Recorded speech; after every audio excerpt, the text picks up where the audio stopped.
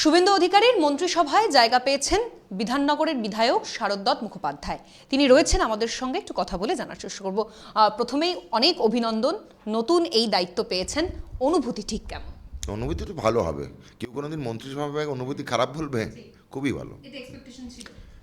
কিছুটা, পুরোটা না। মন্ত্রিসভা দেখুন, প্রথম তো এক্সপেকটেশন রাজনীতিতে কেউ থাকে না যে প্রথমবার দৌড়চ্ছে, প্রথমবার যে দৌড়তে নেমেছে 100 মিটার কি প্রথমেই ভেবে নেয় যে ফার্স্ট হবে, সম্ভব না।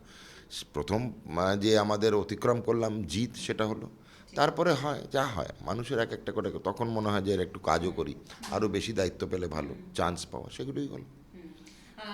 এতদিন মানুষের সেবা করতেন চিকিৎসক হিসেবে, এবার গোটা রাজ্যের মানুষের সেবা, মন্ত্রিসভায় নতুন দায়িত্ব, এখনো দপ্তর বন্টন হয়নি যদিও বা। আপনি দীর্ঘদিন স্বাস্থ্য ক্ষেত্রে যুক্ত রয়েছেন, নিজে স্বনামধন্য চিকিৎসক। স্বাস্থ্য দপ্তর যদি আপনার হাতে তুলে দেওয়া হয়, নিশ্চয়ই পরিকল্পনা তো থাকছে কিভাবে এগোবেন। গৃহ মন্ত্রণালয়, অর্থ মন্ত্রণালয়ের পরেই কিন্তু খুব কঠিন মন্ত্রণালয় হচ্ছে স্বাস্থ্য। আর আরও বলবো, স্পেশালি বিশেষত পশ্চিমবঙ্গে এত বাজে অবস্থায় রয়েছে। 1947 সালের পরে পশ্চিমবঙ্গে মাত্র 2টি নতুন হাসপাতাল হয়েছে, 47 বলছি।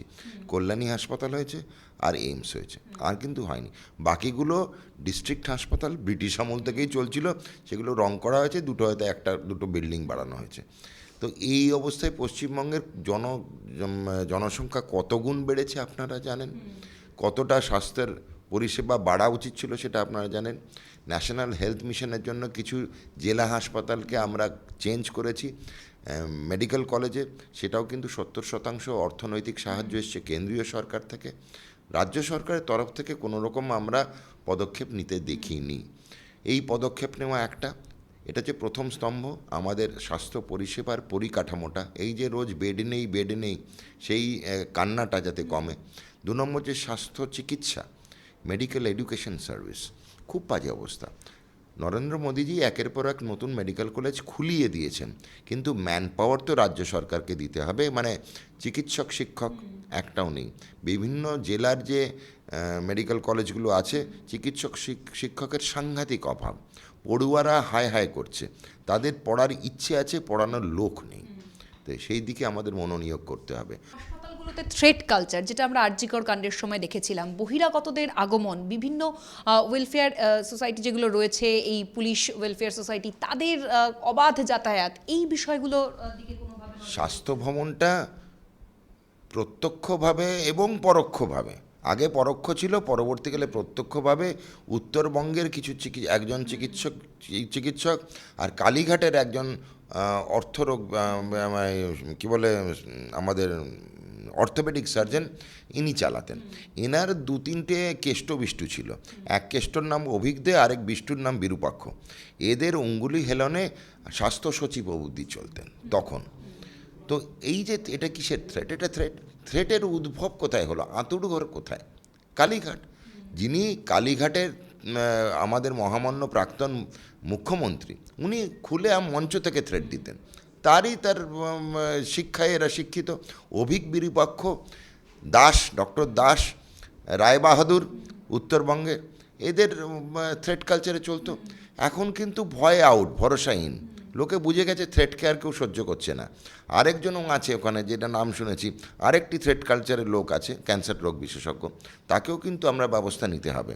তো এই যে থ্রেট কালচারের শিক্ষায় প্রশিক্ষণ পেয়েছিলেন সুদীপ্ত রায় বিধায়ক, তার 2 তনয়া, তার সঙ্গে বিরূপাক্ষ অভিক, এগুলো মানে হিমশৈলের চূড়া।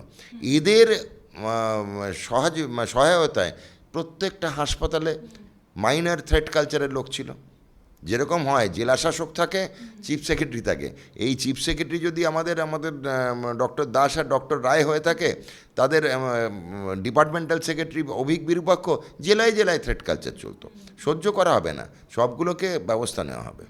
আরেকটা প্রশ্ন, সেটা হচ্ছে, মুখ্যমন্ত্রী সেদিনও বলছিলেন, যেগুলো এই বাইপাসের ধারের বেসরকারি যে হাসপাতালগুলো রয়েছে, যেগুলো একটা সময় সরকারের কাছ থেকে 1 টাকার বিনিময়ে খাস জমি নিয়েছিল, কিন্তু তারা গরিব মানুষদের জন্য প্রায় 15% বেড রিজার্ভেশন সেগুলো করেনি, তাদের সঙ্গে কথা বলে সেই এগ্রিমেন্ট বের করা, এই বিষয়টা আইনের রাস্তায় চলবে।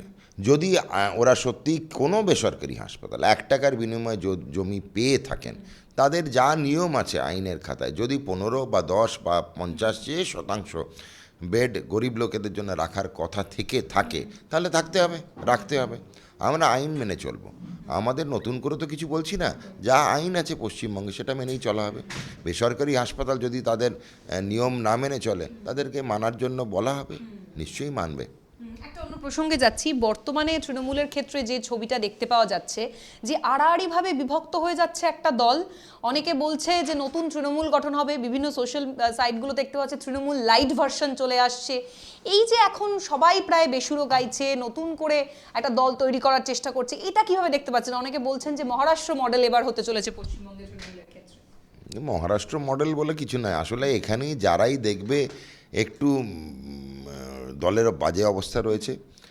দলের বাজে অবস্থা কেন হয়েছে? পশ্চিমবঙ্গে তৃণমূল কংগ্রেস তো আর অল ইন্ডিয়া নয়, অল কালীঘাট তৃণমূল কংগ্রেস। কালীঘাটের তৃণমূল কংগ্রেসটির যারা কর্ণধার, প্রাক্তন মুখ্যমন্ত্রী এবং অভিষেক বন্দ্যোপাধ্যায়, এই দুজন তাদের আবার নিজের পার্সোনাল থ্রেড কালচার, এরা এই একই জিনিস করতো। থ্রেড কালচার এমন ছিল যে 2 ঘন্টা বসে থাকতে হতো অভিষেক বন্দ্যোপাধ্যায়ের সঙ্গে দেখার। তো এখান থেকে মুক্তি চায়, মানুষ মুক্তি চায়। তৃণমূল কংগ্রেসের যেসব অনুতপ্ত বিধায়করা আছে তারা মুক্তি চায়, তারা মুক্তি চায় যে নতুন দল গঠন করে। ভালো, Trinamool A team, B team, C team, D team যাই হোক না কেন, আমার মনে হয় তৃণমূল দলটিকে শেষ করেছে মুখ্যমন্ত্রী নিজে এবং তার ভাইপো। এই পিসি ভাইপো কম্বো থেকে সবাই মুক্তি চায়, পশ্চিমবঙ্গ মুক্তি চেয়েছে, তৃণমূলের বিধায়করা মুক্তি চাইছে এবার, তৃণমূলের কাউন্সিলররা মুক্তি চাইছে এবার। তৃণমূল ভেঙে গেছে, তৃণমূল আর নেই। অভিষেক বন্দ্যোপাধ্যায়কে সিআইডি ডেকে পাঠানো সই জালের মতো অভিযোগ উঠছে, সেখান থেকেই মুক্তি চাইছে তো তৃণমূলের বাকি বিধায়ক কাউন্সিলররা। এই চোরটা গাঁটকাটা যদি অভিষেক, উনি একটাই তো ঔদ্ধত্য দম্ভ তো আমরা দেখেছি, উনি মঞ্চে বক্তৃতা দেন না, গাড়ির ছাদে দেন। খালি ভাবুন না লোকটার বডি ল্যাঙ্গুয়েজটা। একটি মানুষ যিনি গাড়ির ছাদে দেন, তুই তুকারি করেন, মাননীয় মুখ্যমন্ত্রী শুভেন্দু অধিকারীকে তুই তুকারি করেছেন উনি অমিত শাহকে কোন বাপের বেটা বলেন। তো এর থেকে বাজে আমার মনে হয় পশ্চিমবঙ্গে বাঙালির এরকম কথাবার্তা এত রুড, এত বাজেভাবে কোনোদিন বলে। বন্দ্যোপাধ্যায় আজকে ধর্নায় বসছেন, বলছে কেউ না এলে আমি একাই ধর্না চালিয়ে নিয়ে যাব, পুলিশ শর্ত সাপেক্ষে 2 ঘন্টার জন্য। একাই থাকুক উনি, দরকার হলে আমি যাব একটু শরীর স্বাস্থ্য দেখে আসবো, কাউকে পাবেন বলে মনে হয় না। আগের দিন মিটিং ডেকেছিলেন তো, 80 জন বিধায়কের মধ্যে 20 জন এসছেন। বাঁচবার ইচ্ছে, ডুবতে চলেছেন, খড়কুটো রয়েছে ওপরে ভাসছে, ধরছেন। সোনারপুরে অভিষেক বন্দ্যোপাধ্যায়ের উপরে আক্রমণ, সেখানে আবার তৃণমূলের অনেক কর্মী। আমরা অনেক রকম ভিডিও দেখছি। এক হচ্ছে গলার চেন খুলে পকেটে ঢোকাচ্ছেন, 2 নম্বর হচ্ছে নিজে শার্ট ছিঁড়ছেন।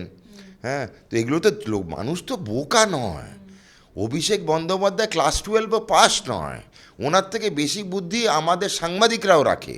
তারা অ্যাটলিস্ট জার্নালিজম পাস করেছে, উনি 12 পাস নয়, MBA ডিগ্রিটা ভুয়ো। উনি সোনার চেন পকেটে ঢুকেছে, নিজে শার্টের বোতাম ছিঁড়ছেন। এ তো তোকে দেখা সাজানো ঘটনা। ডিম খেয়েছে এবারে ছুঁড়ে, এরপরে আর কি খায় দেখুন। নিশীথ প্রামাণিক ক্রীড়া দপ্তরের দায়িত্ব পাওয়ার পরেই মেসি কাণ্ডের ফাইল খুলেছে। মুখ্যমন্ত্রী বলেছেন আরজি করের ফাইল অলরেডি খোলা হয়েছে। আপনি যদি স্বাস্থ্য দপ্তরের দায়িত্ব পান, দপ্তর বন্টন হয়, তাহলে এই আরজি কর ফাইলস নিয়ে ভবিষ্যতে যিনি স্বাস্থ্যমন্ত্রী হবে প্রচুর ফাইল খুলতে হবে। আরজি কর প্রত্যেকটা, আপনি হেলথ রিক্রুটমেন্ট বোর্ড যেভাবে রিক্রুটমেন্ট হয়েছে, আপনারা খালি দেখুন কি খোলে এবার। ডেন্টাল সার্জারিতে যেভাবে রিক্রুটমেন্ট হয়েছে, কমিউনিটি হেলথ অফিসার্স যারা, সব পয়সার বিনিময়ে রিক্রুটমেন্ট। একটি লোক বিধায়ক পালানো শুরু করবে। এমনও আছে 20 বছর ধরে SSKM-এ রয়েছেন, আর এমনও আছে 20 বছর ধরে বাকি ডিস্ট্রিক্টে পড়ে রয়েছেন, আর এমনও আছে পয়সার বিনিময়ে ট্রান্সফার আটকে দিচ্ছেন। সব বেরোবে, এগুলো নতুন কিছু না। শেষ প্রশ্ন, নিজের চিকিৎসক হিসেবে পেশা এবং এই মন্ত্রিত্ব, বিধায়ক পদ, সবটা সামাল দেবেন কি করে? একটা তো ব্যালেন্স করে চলতে হবে নিশ্চয়ই, সেই পরিকল্পনা। ব্যালেন্স তো বলে দিলাম, ফুল টাইম চিকিৎসক ছিলাম, আছি, আর হোল টাইম পলিটিশিয়ান হয়েছি, পুরোটাই ব্যালেন্সড। অনেক ধন্যবাদ। ফলে মন্ত্রিত্ব গতকালকেই তিনি পেয়েছেন, পূর্ণ মন্ত্রিসভায় জায়গা পেয়েছেন তিনি, এবং শুধু এবার দপ্তর বন্টনের পালা। যদি সেক্ষেত্রে উনি স্বাস্থ্য দপ্তরের দায়িত্ব পান, তাহলে স্বাস্থ্য ব্যবস্থা নিয়ে কি পরিকল্পনা রয়েছে সমস্তটাই খোলসা করে বললেন। সব মিলিয়ে মানুষের জন্য রাজনীতিতে এসে মানুষের সেবাই প্রথম কাজ শরৎ মুখোপাধ্যায়ের। ক্যামেরায় দেবাঞ্জন মণ্ডলের সঙ্গে অভিরূপা সাহা, ক্যালকাটা নিউজ, কলকাতা।